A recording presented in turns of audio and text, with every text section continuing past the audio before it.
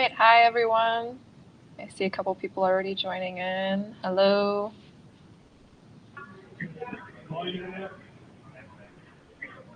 Hello.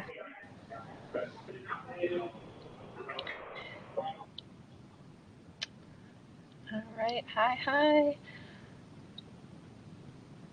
Well, while people are coming in, I just want to, I guess I'll kind of go into just quickly introducing and kind of, just giving a quick hello. Hi, I'm Anna. I am on the Art Heroes team, as well as Varia and Will Moritz, Will Moritz is actually going to be the one,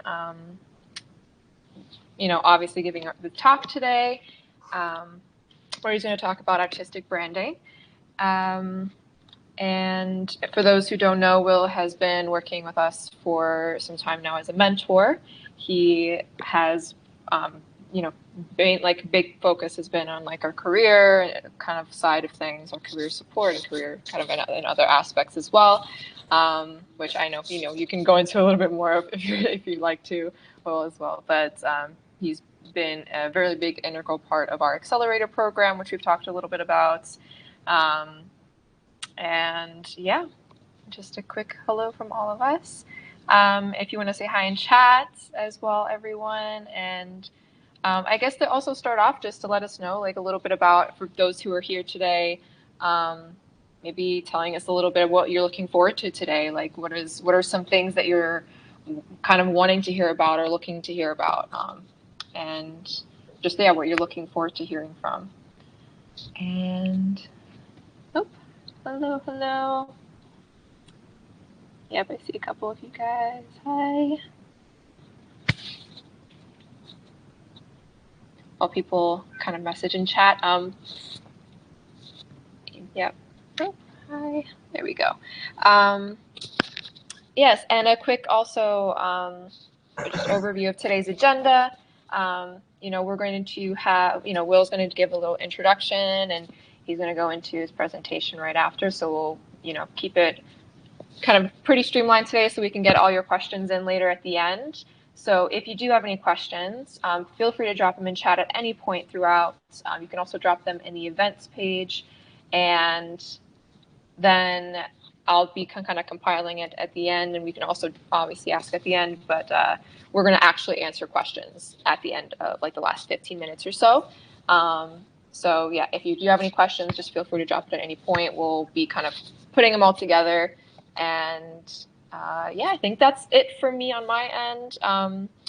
Last thing is to everybody, just as a reminder, to make sure that you complete today's task if you want to get entered into our accelerator raffle. So I know we're going to get into all this other stuff, but I just wanted to throw that out now, just as a reminder after this, to make sure you complete the task so you can get entered into that. But yeah, without further ado, Will, please take it away. All right. Well, welcome everybody. So this is artistic branding and talking about how to be able to market yourself, how to be able to get in the door with recruiters. We've got a lot of cool stuff that we're going to cover today. But it's going to be a bit of a winding road, and hopefully we're going to be able to pull all of this together at the end. At the beginning here, it's got this great meme that says, we are an award-winning multidisciplinary design studio. And then it turns out it's just you alone in your room doing your thing. And maybe you guys feel that way sometimes. You're out there, you're doing the entire 3D process right now. You're working on the characters, you've got the texturing that you're doing the lighting, you're doing the rigging, you're doing the posing, you're doing the hero shots, you're putting your stuff online, you're marketing yourself. It's a lot. It's a lot that you're doing. And today I am going to talk to you about how to be able to do these things more effectively, maybe give you a slightly different vantage point from how to be able to look at these things when it comes to the way that you're marketing yourself. One of the big things I've been stuck on recently is this idea of active versus passive marketing. And we'll talk about that and how that applies to the creative world. So first, a little bit of an introduction for myself. They said that I've been working, with Art Heroes for quite some time. It's been a wonderful relationship. I think that this school has got an incredible collection of talent and budding talent that is scratching at the glass ceiling, trying to get to that next level within their careers. And I feel so thankful to be a part of that, to be able to help you guys just understand, what the studio mentality is, and what, and to help empathize and say that I know what it feels like to be an individual artist that's trying to get out there and get your foot in the door. Just going back one slide, said freelance to studios, everyone is the same. And that's something that I'm going to be coming back to quite a few times throughout this presentation today. So for myself, I've been working in design now for 20 years across a wide variety of platforms: 2D, 3D, film, web, branding, motion graphics, and there's even a Missy Elliott music video in there somewhere. Past clients include Porsche, Delta, AT&T, HBO, Red Bull, AT. You can read it on the screen. It's been fun. It's been a wild ride. It has been a very non-linear ride for me. So what that means is I did not get hired, for Rockstar Games right out of college, coming in from an internship, being offered the full-time position 6 months to a year later, and then have spent the majority of my career working on their products and games. Not exactly it. I have been in the door and out the door for so many facets of the creative world. And there's a good reason for that. When I got out of school, it was the year 2008. And in 2008, a little thing happened called the financial crisis. And it's interesting, when you study art history, you learn that art always follows the money. And this idea that when the economy isn't doing so well, all the creative goes away. And that's exactly what happened. I quickly found that as the rest of the world was, going into financial crisis, no one wanted to spend money on a 3D animated Mickey Mouse or branded character jumping around on the screen. They were trying to, keep their employees and keep the doors open. So they spend less money on marketing, less on sort of putting their business out there, which is in fact the exact opposite thing that you're supposed to do in a situation like that. It's, don't suck the venom out of the snake bite. It doesn't work. So what this caused me to do as a result of the 2008 financial crisis was I had two options. And I think this is something that'll really resonate perhaps with, it's one of those kind of hard truths. And I think that it's still applicable today. I had two options for my creative journey. I had a degree in computer art and animation, and no one was paying money for lengthy 3D characters to be created and for branding videos, and the animation studios weren't going into production. So the two options that I was looking at was I could stick around where I'm at in my general location, my physical geography, my town, my city that I was in, and none of those animation studios were hiring. None of the game studios were hiring. There was no work there to be had. And if I stuck around, my option was I had to take whatever creative work I could get. So the second option, option B, is I could expand my search. I could start casting my net wider. And I ended up going with option B, but I've oscillated between the two over the years. And if you're going to stay local, very quickly, I think you'll find that you've emailed, every company, you've applied to every job within like a 50 to 100 mile radius around you. And these studios sometimes can kind of keep you on the hook, right? So they're like, well, we might have something coming up in the next 6 months. We'd love for you to check back then, or we'll touch base with you then at that point. And then 6 months goes by, you just wasted 6 months of not working in a studio. You're doing some other kind of side job, and you're still not hired for that particular job and role that you want. So if you are dead set on being a 3D animator, you might find yourself needing to be a little bit more mobile in life. And sometimes this just happens, right? For myself, what I ended up doing was moving to China. I figured, they are the country in the world that makes everything. They have got to have jobs. Literally, my logic was like that basic. I got off the airplane. I did not even know how to say hello. The first words that I learned in Mandarin was Pijo, which means beer, because it was a very long flight and I wanted a beer after the flight. And then the second word that I learned was Bingda, which means cold beer, because they serve their beer warm over there. I don't know what they're thinking, but cold beer was the first bit of Mandarin that I ever learned. And I stayed in China my first year over there. I worked as an English professor. And my second year, they had something called the World Expo, which is sort of a relaunch of the World's Fair in Shanghai.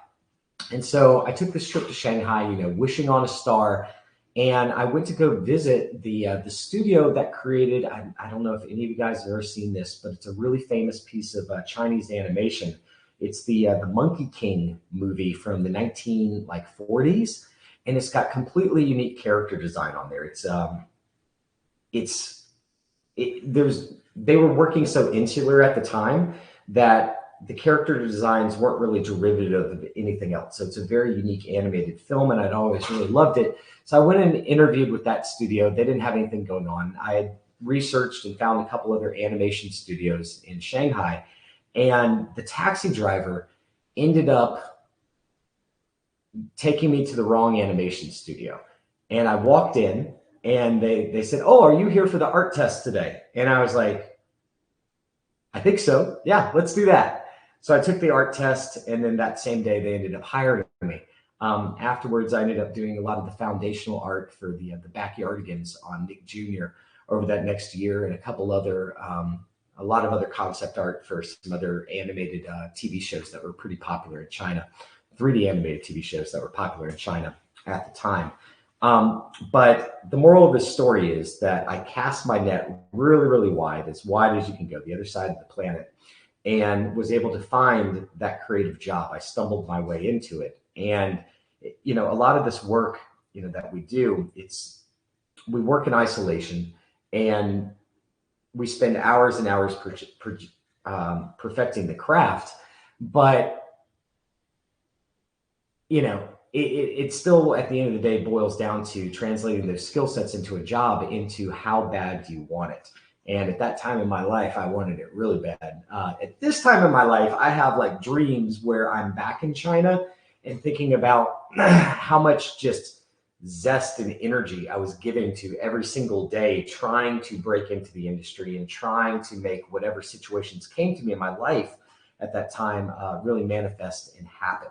So since then, if there was, something more local and it ended up being a web design job, I would say yes to the job, and then got really good at learning skills to be able to make that job actually work. So I would say yes, take the money, and then figure out how I was going to build the cart while I was rolling down the hill.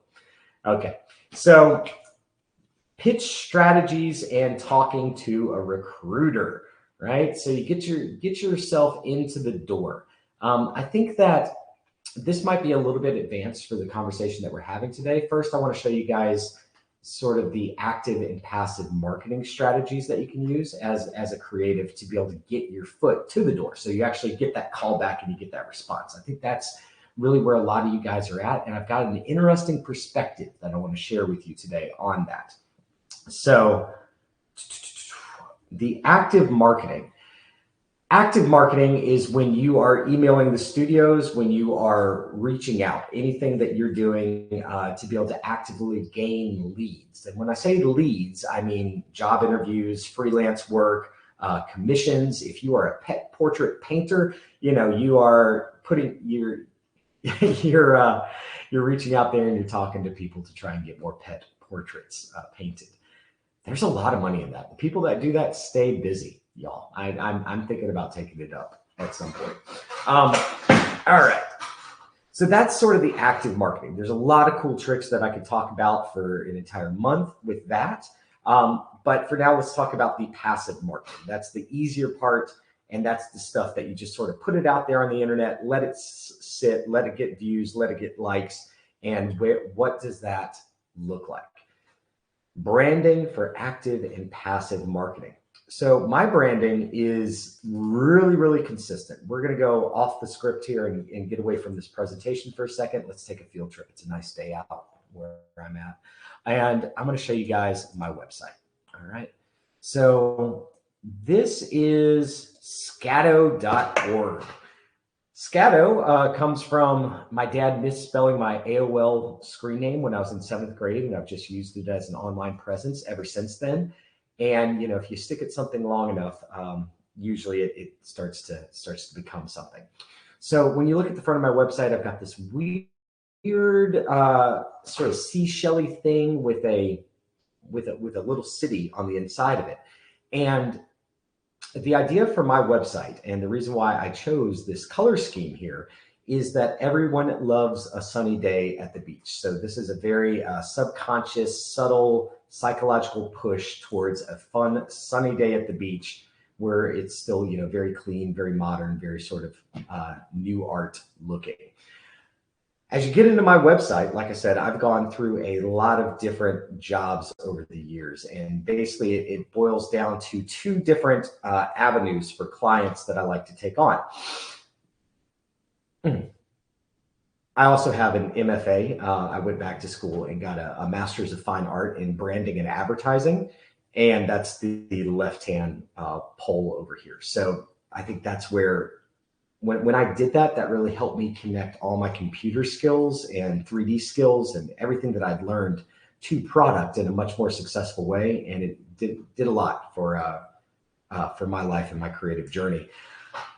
If you can do ZBrush, you can turn around and do 3D product modeling. You can do motion graphics videos for Gillette razors. Like, there's a lot of stuff out there that maybe isn't quite in the game design field or in 3D motion pictures, but still will get you a lot of money. There's thousands and thousands of companies that need their products in 3D, and they need explainer videos, where there's considerably less that are producing video games and movies and film. So we're not going to look at the branding and advertising side today. We're going to look at the motion graphics 3D side. And this is sort of the route that think of this as like my digital business card, right? And I can send people down either side depending on what it is that they want to see. So I'm going to say something really controversial next. Everyone always says, only show your best work. Well, when you're getting started, you might not have that great of work. I don't know if you guys can see this video. It's a bunch of sheep that are cascading down a hill. The next thing under my motion graphics section, and this would, for your own website, could be your 3D section, right? So it starts off with just a very, very simple, fun graphic, just a little bit of flavor. As I scroll down from there, the next thing that I want them to look at is the demo reel, right? So I've got my demo reel that totally needs to be updated, and that's what happens when you're working. You don't update your demo reel. After that, I've got my featured projects. So these are my 3 featured projects that I like to show off. These are constantly changing and evolving, but they demonstrate sort of a good summation of the total work that I've created. After you get past the 3 featured projects, if people want more, if they're still hungry, they want to go back to the buffet, I've got some very brief thoughts on motion graphics and how I approach my artistic strategy.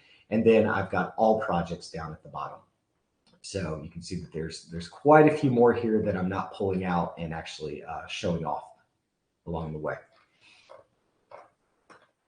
Now, one of the cool things about this, I wanted to be able to click on one of these projects today to start getting into that passive marketing and really the important thing that I came here to be able to talk to you and tell you guys about. We'll see. I haven't looked at this one in a while. I put it up and I haven't checked it, but I think all of these pretty much do the exact same thing.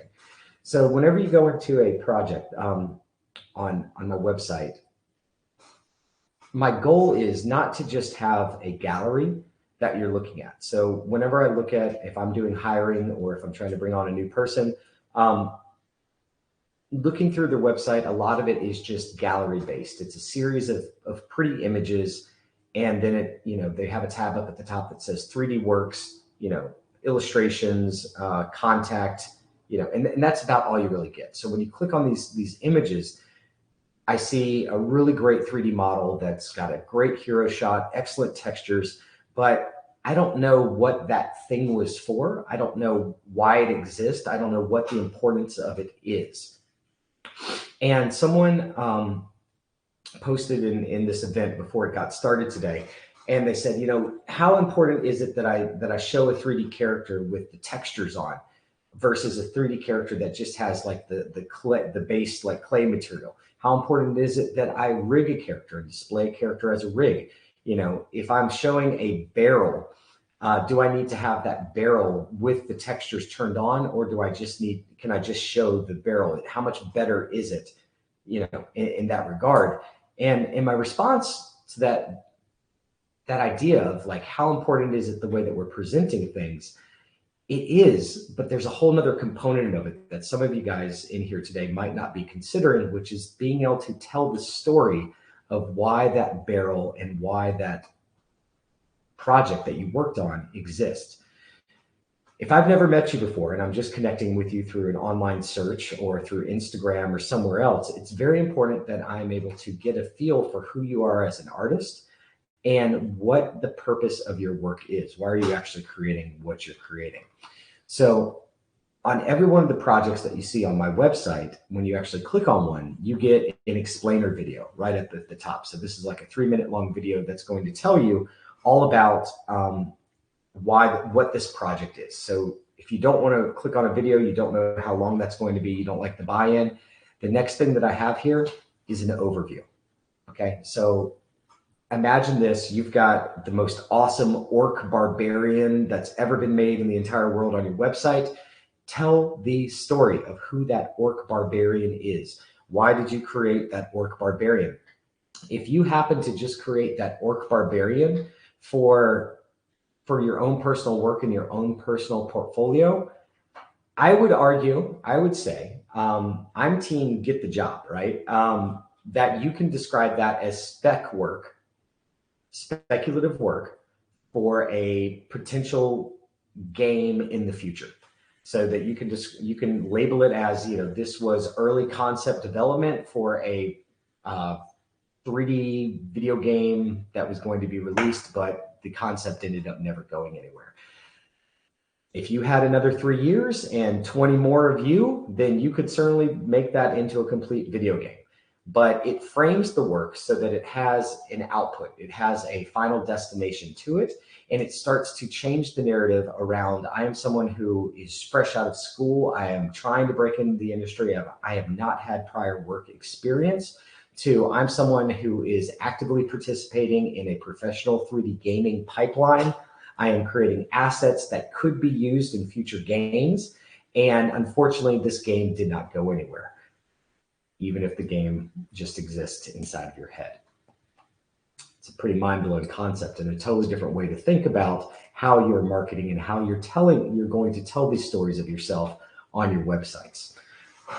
So this project that you're looking at right now, OneLab VR, has been a virtual reality environment that I've been building out with a team at the CDC for the past, 2 years now. Here's the soft elevator pitch if I meet someone in a bar. It's a 50,000 square foot laboratory space with over 148 pieces of unique lab equipment.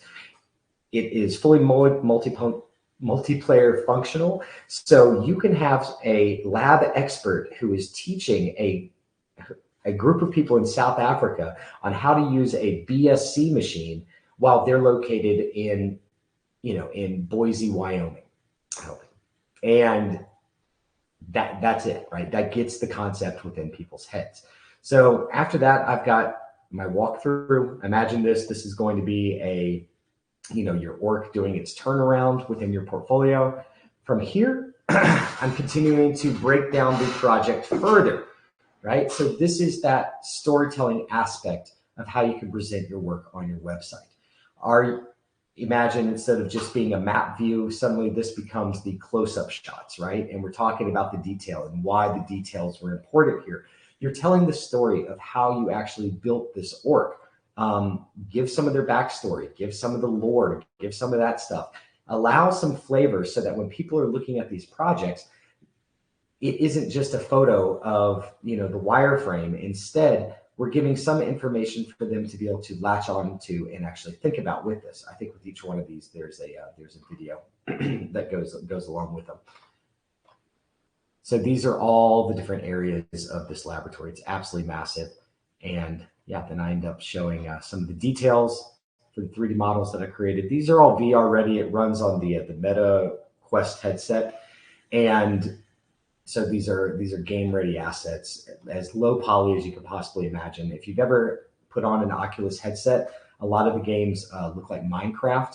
So this is pretty high resolution interactive models for something that's going on within a massive space for that many objects.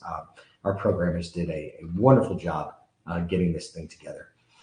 All right, so that's sort of a brief overview of my website. I hope that gives you some good things to think about how you're presenting your work.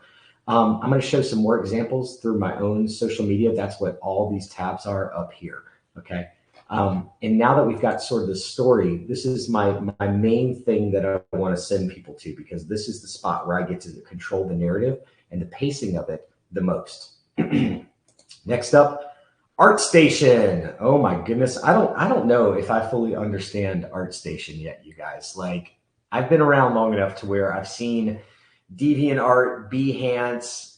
God, there's been so many that have come and gone over the years for portfolio sites where you show off things. I don't know if ArtStation only likes like 3D stuff, because I don't seem to get much traction on here.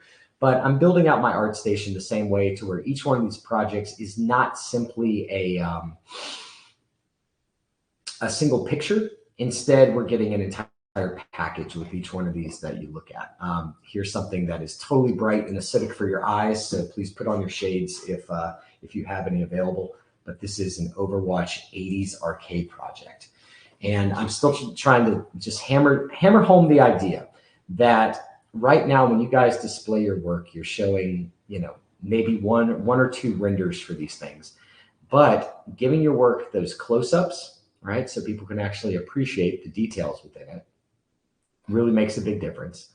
For me, since a lot of the work that my career sort of taken me to, I still do 3D, but I also do a lot of 2D work, web design, all the things, is showing where this can actually exist. So if you are going to step outside of the gaming or television or commercial realm, and you do end up getting into product or anything like that, being able to show the end result for where this stuff would actually exist is always super, super useful for the client or someone that's coming to look at your work, right? So this whole design thing was based on 80s arcade cabinets, and then actually imagining Overwatch as if it was an arcade cabinet machine from way back in the day. I think it'd be really fun to play.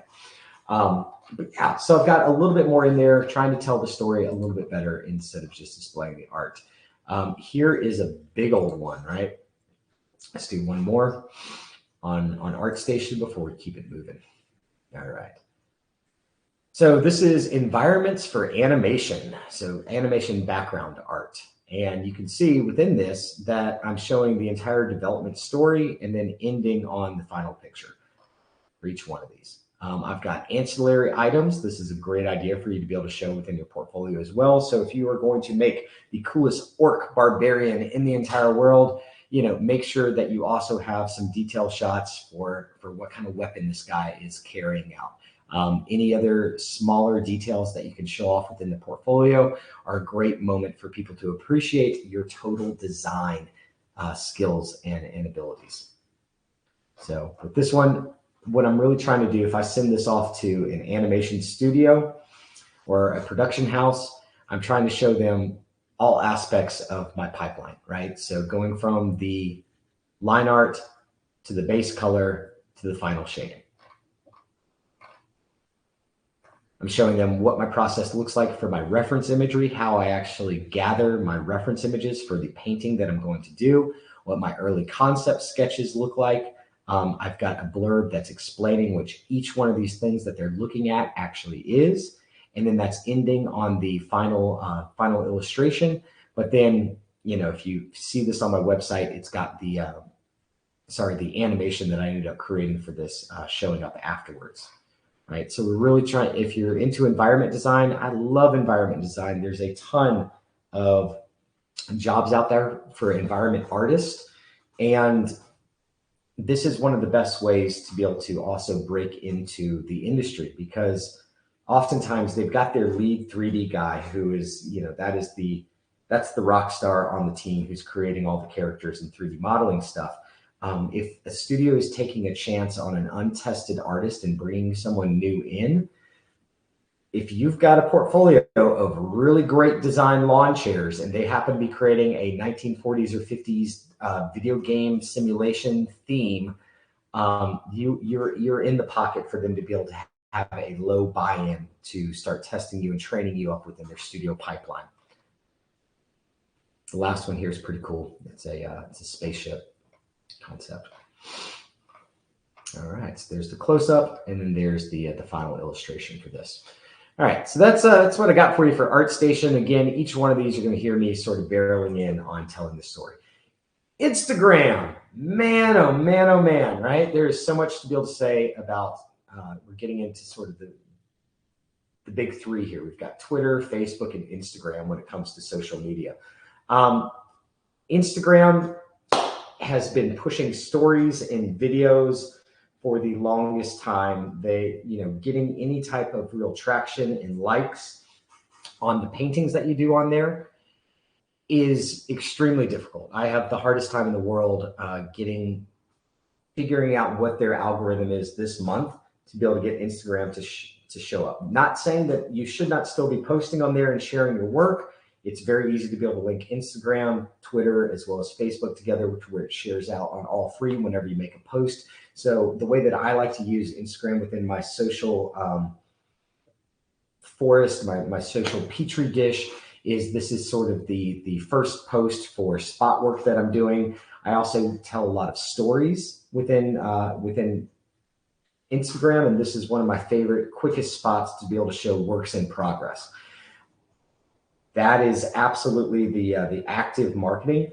So this is something that you can do to be able to continue to get eyes in front of the work that you're doing and to be able to tell that story, right? We're always trying to tell that story wherever we can. My website, I can leave that and someone will find it. I can send people to it. It's there, but these are sort of the active living engagements. There's one student that was at Art Heroes, and she does an incredible job of posting videos in like one of those cool studios with all the blue lights in the background. And it's just real simple tutorials on how to be able to do things within Blender. And she is doing great with her social engagement. It's absolutely awesome. Her videos are so polished. I'm not that great at it, and I've got an MFA in advertising and branding. And there's always going to be someone better out there than you at this stuff, right? But I think it's important. One of the cool things I heard the other day was to get comfortable showing your face in front of the camera so people actually like see who you are. No one likes the way they sound on camera. No one likes the way that they look on video, all that stuff. Get over it, right? When people are buying a piece of artwork, right, in an art studio, that is a giant canvas with one stroke going across it in some color for thousands of dollars. The people who are paying those thousands of dollars have met the artist, they believe in the artist's story, and they believe in that artist as a person. So they've met the artist, they've seen them, they understand why the canvas is that big, why that one stroke and that one color on the canvas actually matters.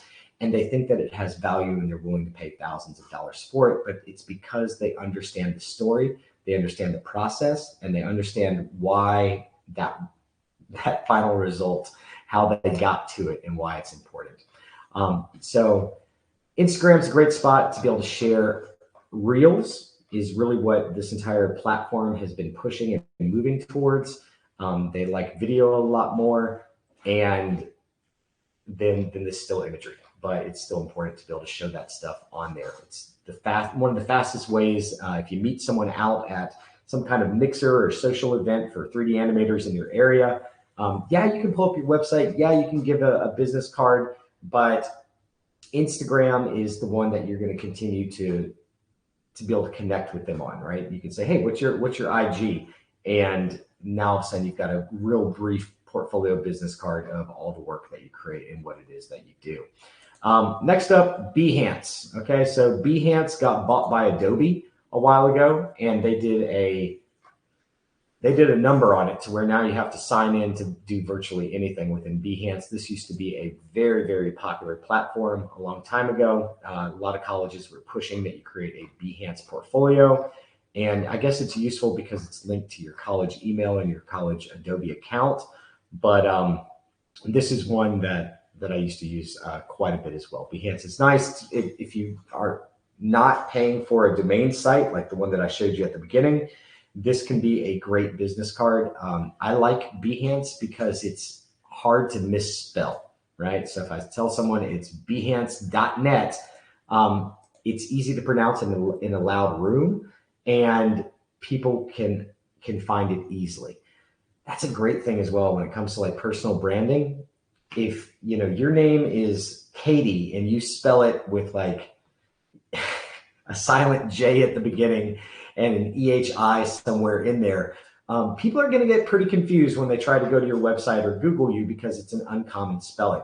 So I highly recommend that when you are considering any type of online handle or anything of any place that you are on the internet, make sure that it is not a hard word to be able to spell. It's easy to remember. It's not 1,000 different characters long. It doesn't have spaces or hyphens in it or anything like that. It's going to confuse people. And it's going to create a barrier to entry. If I could go back and do it all over again, Scatto would be what I would use, but that got taken up. And so the ORG at the end, I really don't like it within my handle. In fact, I think the double O, it can be mistaken for like a 0 a lot of times when I write it. And that's, that can confuse people. So Scat.org is how people say it. And that doesn't sound good in your mouth. Scat.org. I don't like it. Okay. Moving on, we've got LinkedIn here. Man, this hour is really getting away from us. So within each one of these, you should start to see some consistent branding moving through. There's a prototype of my seashell thing that I created years ago. I think that's the first idea for it. LinkedIn, where is LinkedIn useful? Let's go back and get into the active marketing and circle back now that we've thrown LinkedIn into the mix.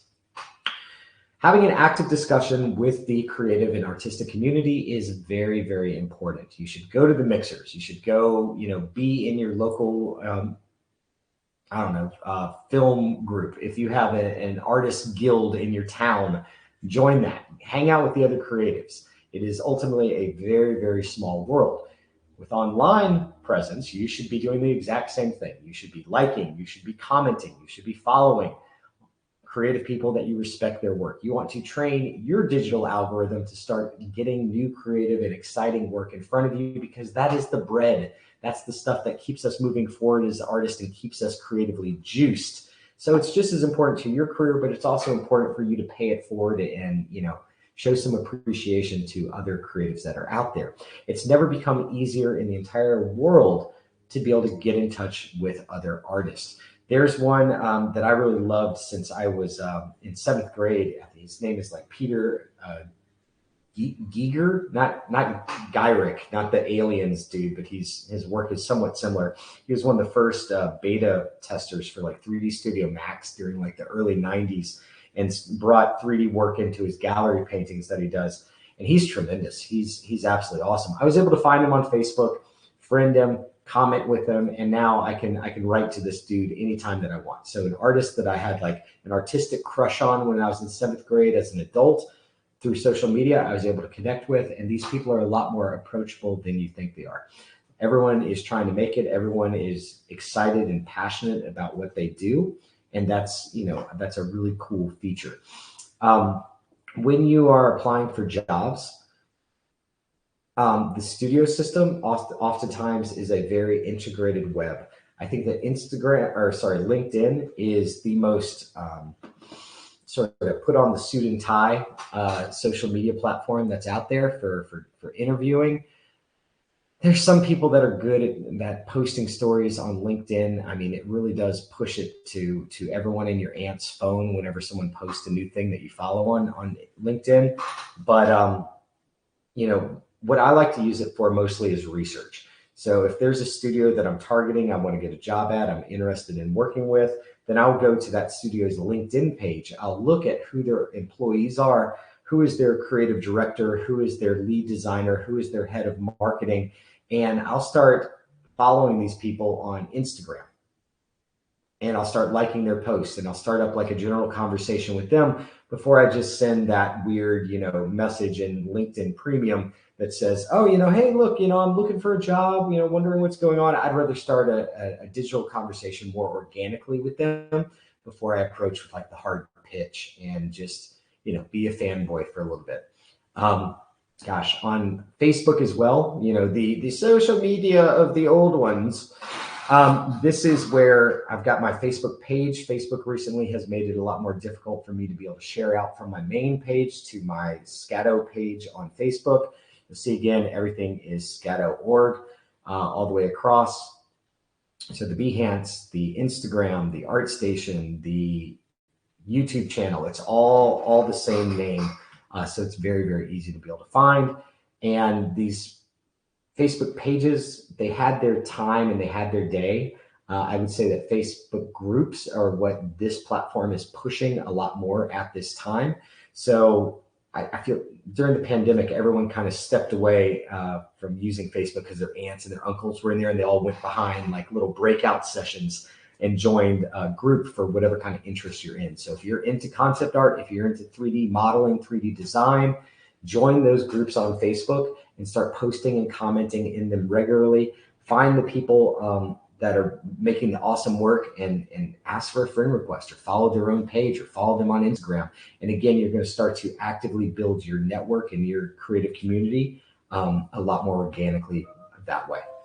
The last two that I'm going to show you here is, gosh, even on YouTube, right? YouTube, and we've got just a couple more minutes here. I want to start winding down. I've got 1,300 videos on YouTube. That's a lot of video. And how many subscribers do I have? 111. Not that many. YouTube is one of the hardest social media algorithms to be able to break into. I think that, God, I hope TikTok stays around because it's got a lot better reach on it than any other social media platform that's out there right now. And TikTok does still allow you to be able to promote Reels. So if you have a couple still images of your 3D models, you can drop those in there, add some music to the background, 30 seconds, add a cool little edit or fade between each one of the pictures and a couple quick hashtags, and it will start to actually like promote you a lot on that platform. So for still imagery, TikTok surprisingly does really well. Let's jump through the last two. And then Vimeo.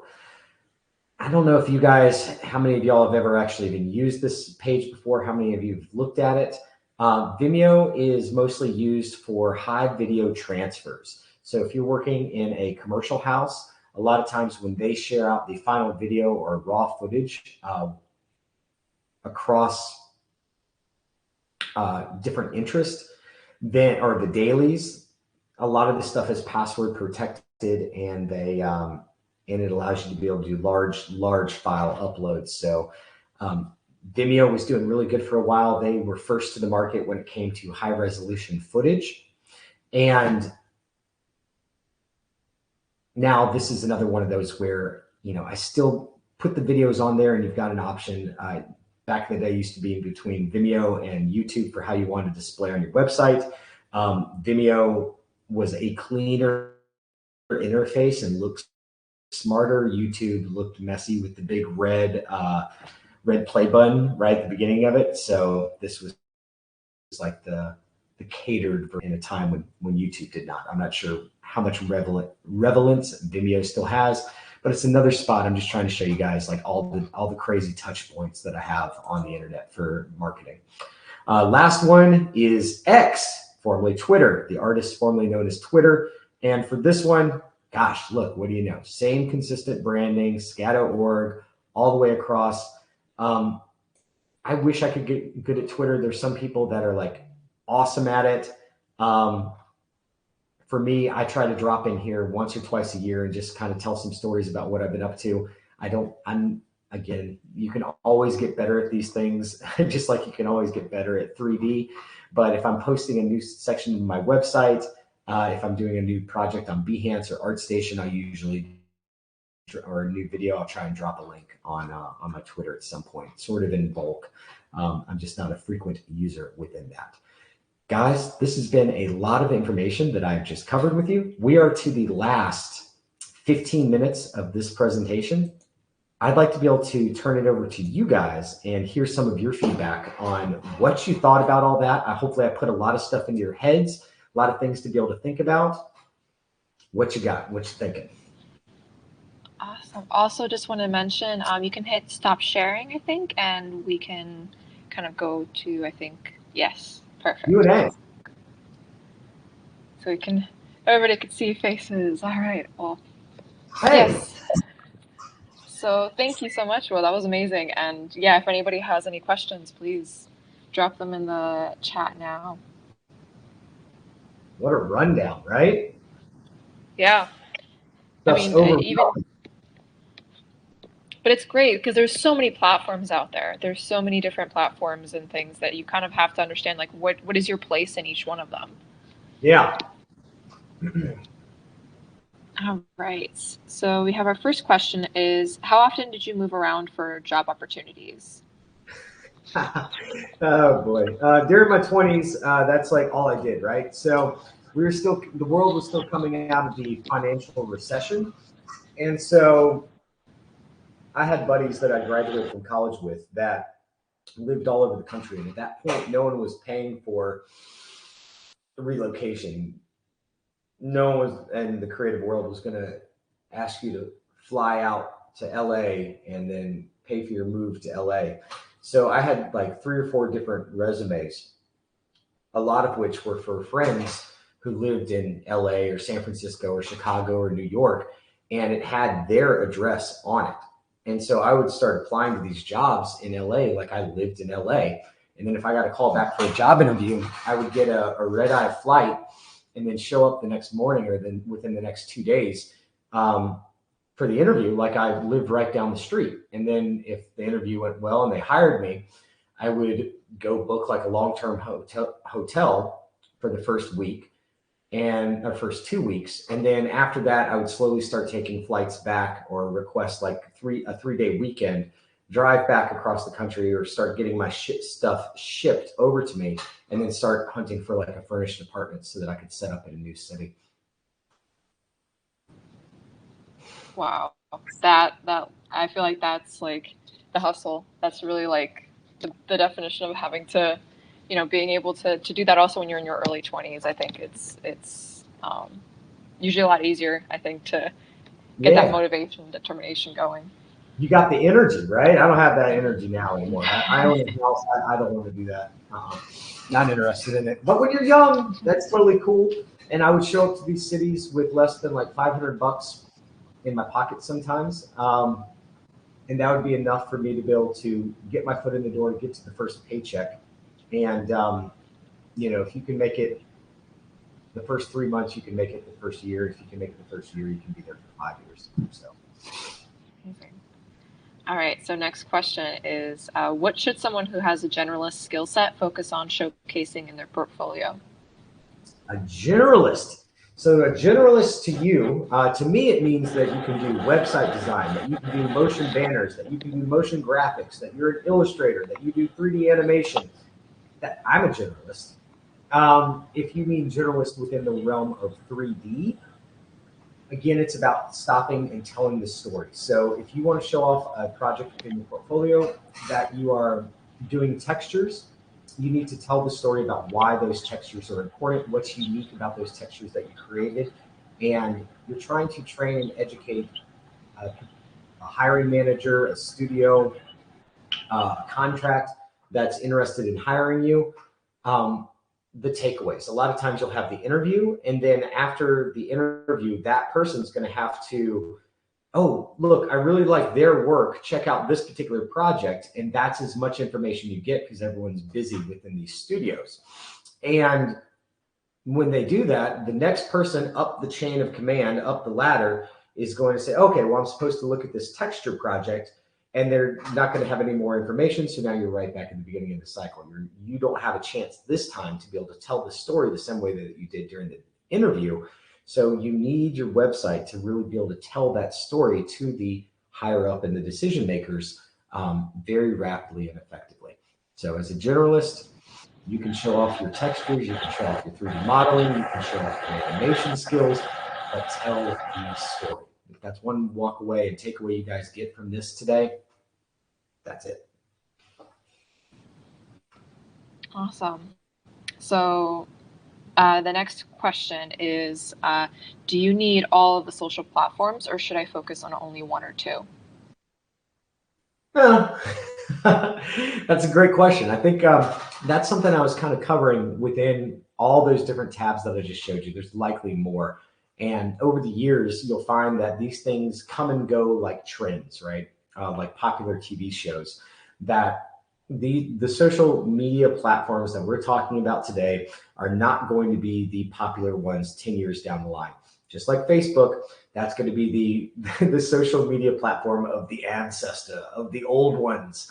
And there's going to be something new that pops up. Gosh, when to migrate and when to actually adopt a new one just becomes worse and worse as the older you get. How many websites or Instagram profiles have you guys been to where you see like a link tree that someone has created that just very quickly brings you out to all their social media touch points? I think that's a good one.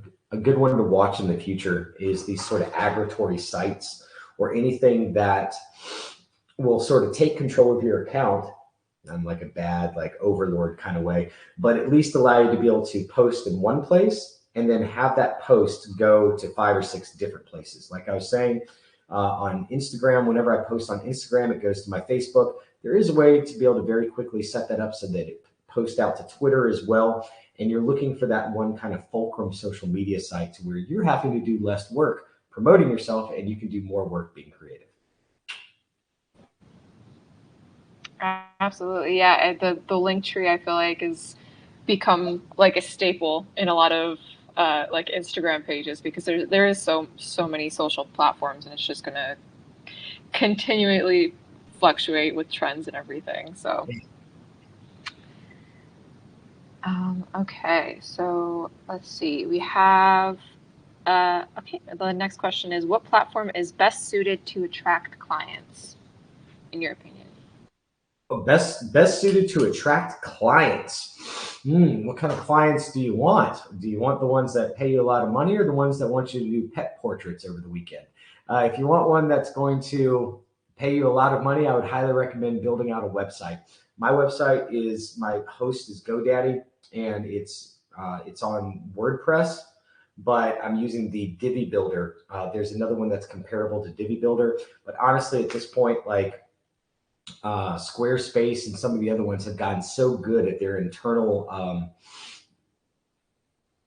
just sort of structure and like live web building that you can do, that you can make it look slick. Do not try, if you are a 3D artist, to create your web branding out of thin air. Okay, this is a great piece of advice. You are not a graphic designer, buddy. You're not. You've spent most of your life figuring out how to do hands perfectly, how to do eyes, how to learn topology, how to make a really sweet sword or dagger. And you're not a graphic designer. So what you need to do, you don't need to make it up out of thin air. Instead, copy a website that you really like. Take like all their branding, change it over to your colors, font size, position, how they're laying out their photos, how big their blurbs are, their lower thirds, their in and out animations.